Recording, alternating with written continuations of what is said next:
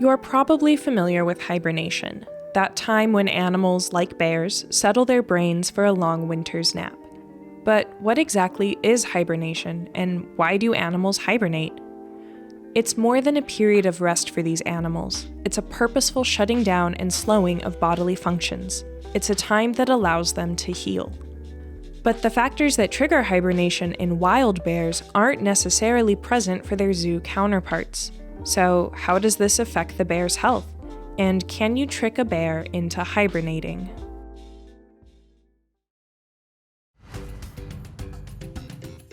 Hello and welcome to the Sedgwick County ZooCast Bite-Size Bonus. I'm your host, Emily Bishop, and in this mini episode, we're giving you the zoo scoop on hibernation.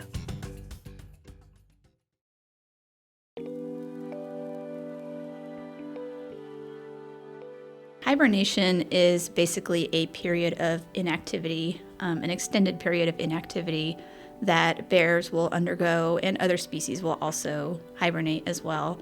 And it is an adaptation that allows them to survive a seasonal shortage of food, also low environment temperatures, and the snow cover on the ground, which will cover up their food sources. That's Lindsay Davis, a zookeeper at Sedgwick County Zoo in the North American Prairie. She looks after the white-tailed deer, black-footed ferrets, and the grizzly bear that calls Sedgwick County Zoo home, Mallory.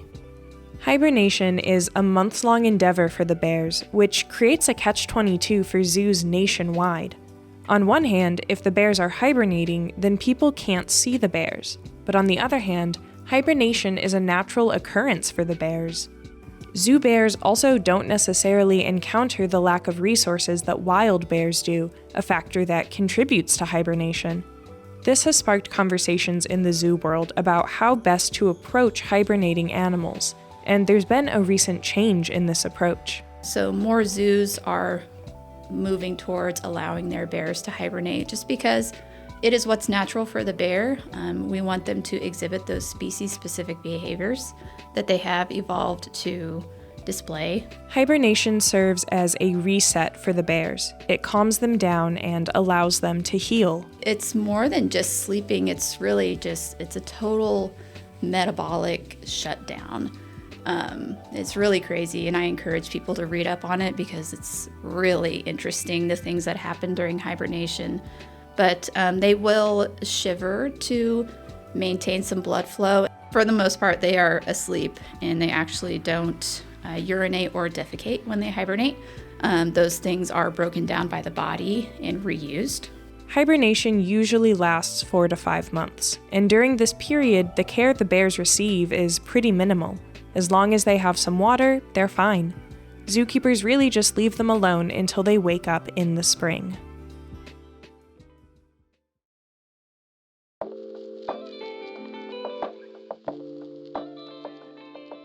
For grizzly bear Mallory, hibernation is not a problem. She's consistently hibernated for several years. So this year in particular, we really wanted to try to encourage them to hibernate. Our grizzly bear has hibernated every year in the past. She has no problem going to sleep and sleeping all day long. Now, Sedgwick County Zoo was also home to black bear Mitch, but sadly, Mitch passed away in early December due to heart failure. He was 20 years old. But prior to his passing, zookeepers were working to help Mitch hibernate.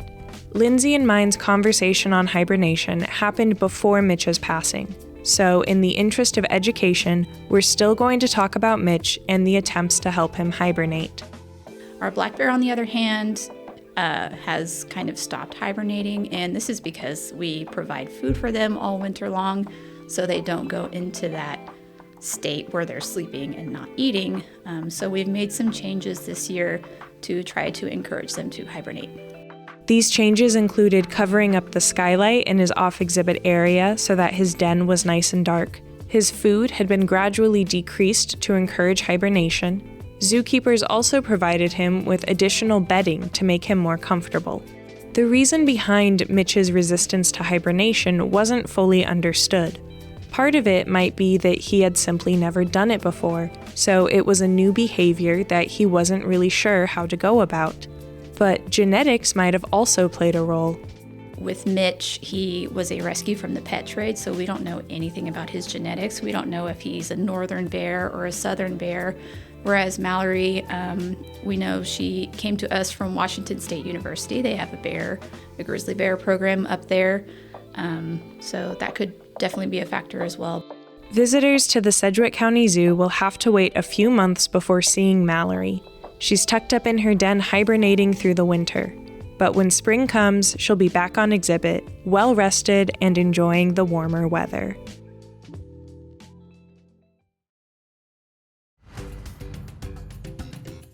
That's what's new at the zoo with Hibernation. But keep listening after a brief message about how the zoo makes holiday shopping easy to learn about how hibernation could be the key to understanding certain illnesses in humans.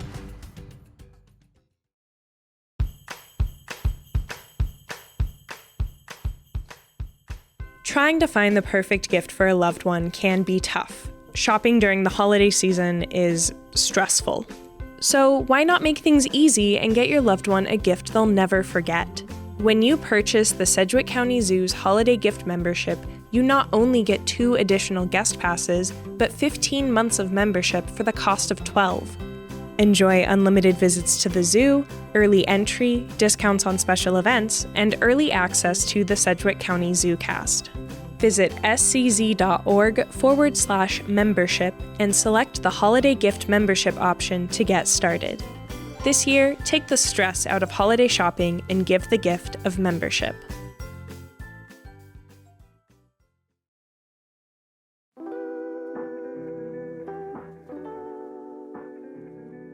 During hibernation, bears are immobile for months. They'll adjust their sleeping position slightly to avoid bed sores, but that's it as far as movement goes. You would think this would result in muscle and bone problems when they wake up, but it doesn't. So when bears hibernate, they will experience hardly any bone degradation or bone loss that you would expect from other mammal species. So like if a human was inactive for 4 to 5 months, there would be a lot of muscle atrophy and things like that. But with bears, that just does not happen. And studies have shown that the genes involved in the breakdown of bone are actually suppressed during hibernation. And processes like this are being studied to help with osteoporosis in humans. This ability to suppress the genes for bone breakdown might hold the key to treating osteoporosis.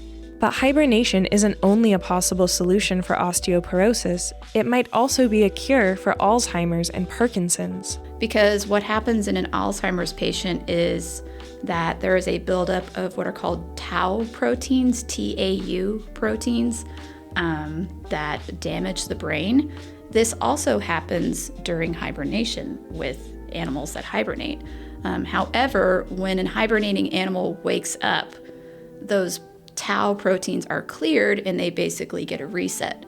Whereas in a Alzheimer's or Parkinson's disease patient, the proteins continue to build up and continue to damage the brain. So, in the future, as medicine advances, in order to cure certain ailments, just like the bears, us humans might be settling our brains for a long winter's nap.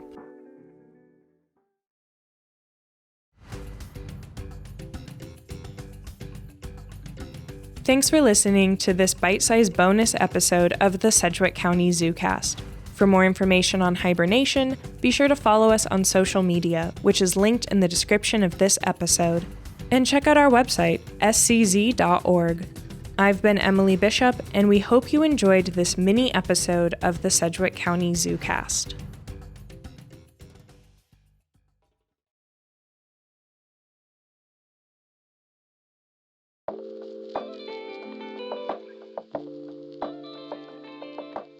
You're probably familiar with hibernation, that time when animals, like bears, settle their brains for a long winter's nap.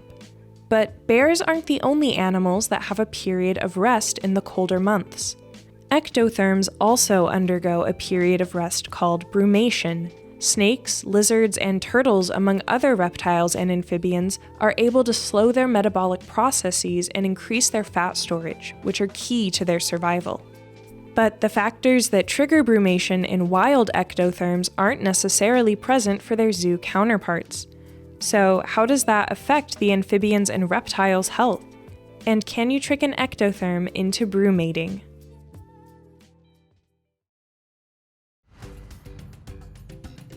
Hello and welcome to the Sedgwick County ZooCast Bitesize Bonus.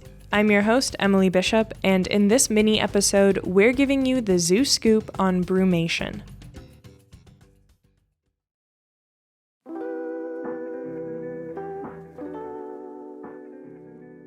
So, brumation is sort of the reptile and amphibian equivalent of hibernation with a couple different differences.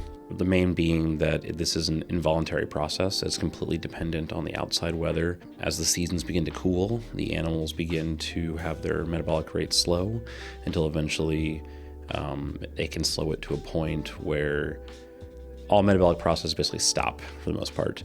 Even their oxygen levels decrease to the point where they require so much less than a mammal would in hibernation, for example. But they are not beholden to the weather. If it begins to warm back up, maybe there's a 2 or 3 day time period, they're actually able to come back out of this brumation. Their metabolic rates increase. They might take in some sun, they might drink some water, and then as the temperature cools again, they'll go back down and resume their quote-unquote hibernation or brumation. That's David Kelly, an ectotherm zookeeper at Sedgwick County Zoo. He looks after the reptiles, amphibians, and fish that call Sedgwick County Zoo home. Brumation is a period of rest that usually lasts 2 to 4 months, depending on the species of ectotherm. It's caused by changes in the weather and therefore changes in resources. But the ectotherms at SCZ don't have to worry about a lack of resources, and they live in temperature-controlled habitats. So that raises the question, do the ectotherms at the zoo brumate?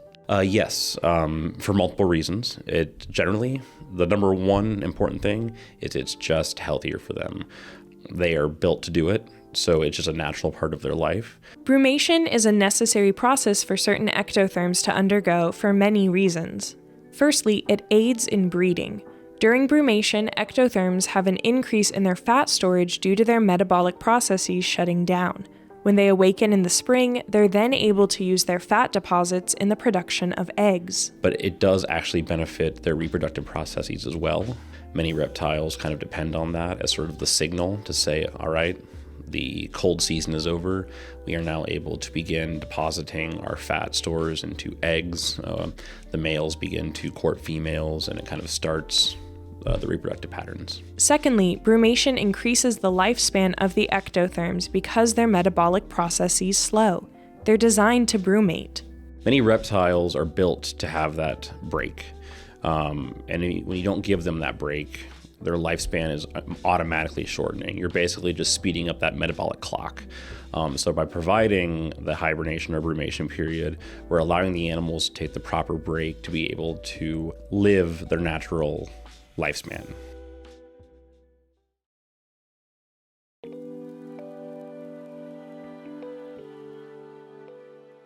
Getting the ectotherms ready to brumate doesn't just happen overnight.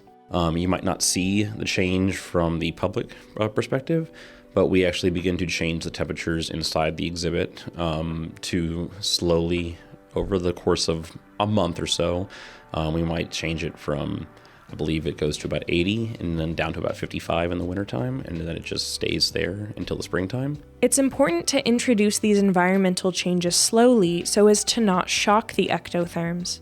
Once the temperature is lowered, the ectotherms burrow in preparation of brumation. Snakes and lizards tend to wedge themselves into rock crevices.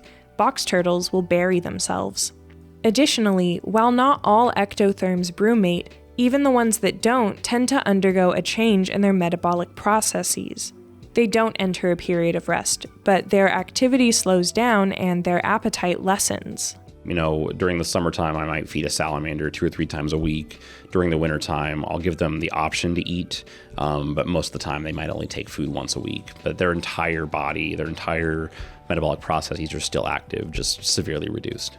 From rattlesnakes to Chinese alligators, the winter months signal a time of rest for many ectotherms, big and small.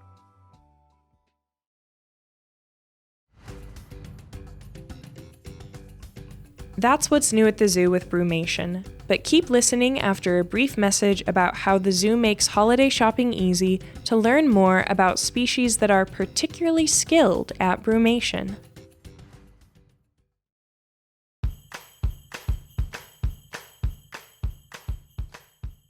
Trying to find the perfect gift for a loved one can be tough. Shopping during the holiday season is stressful. So why not make things easy and get your loved one a gift they'll never forget? When you purchase the Sedgwick County Zoo's holiday gift membership, you not only get 2 additional guest passes, but 15 months of membership for the cost of 12. Enjoy unlimited visits to the zoo, early entry, discounts on special events, and early access to the Sedgwick County ZooCast. Visit scz.org/membership and select the holiday gift membership option to get started. This year, take the stress out of holiday shopping and give the gift of membership.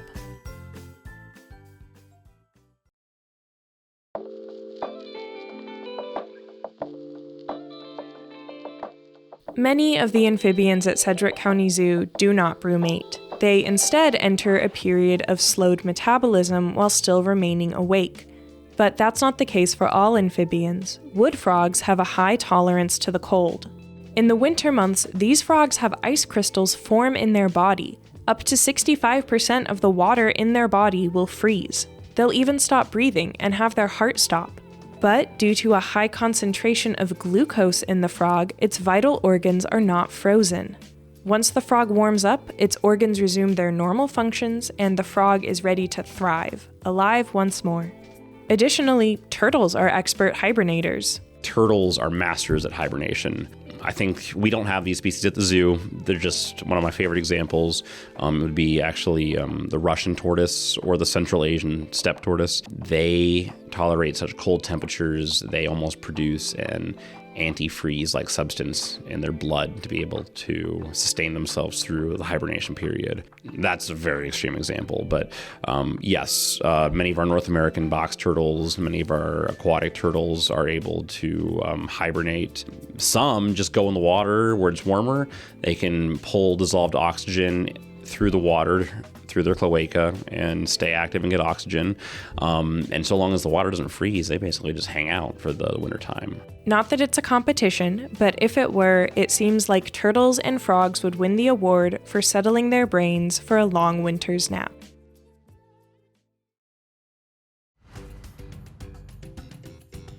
Thanks for listening to this bite-sized bonus episode of the Sedgwick County ZooCast. For more information on Brumation, be sure to follow us on social media, which is linked in the description of this episode, and check out our website, scz.org. I've been Emily Bishop, and we hope you enjoyed this mini episode of the Sedgwick County ZooCast.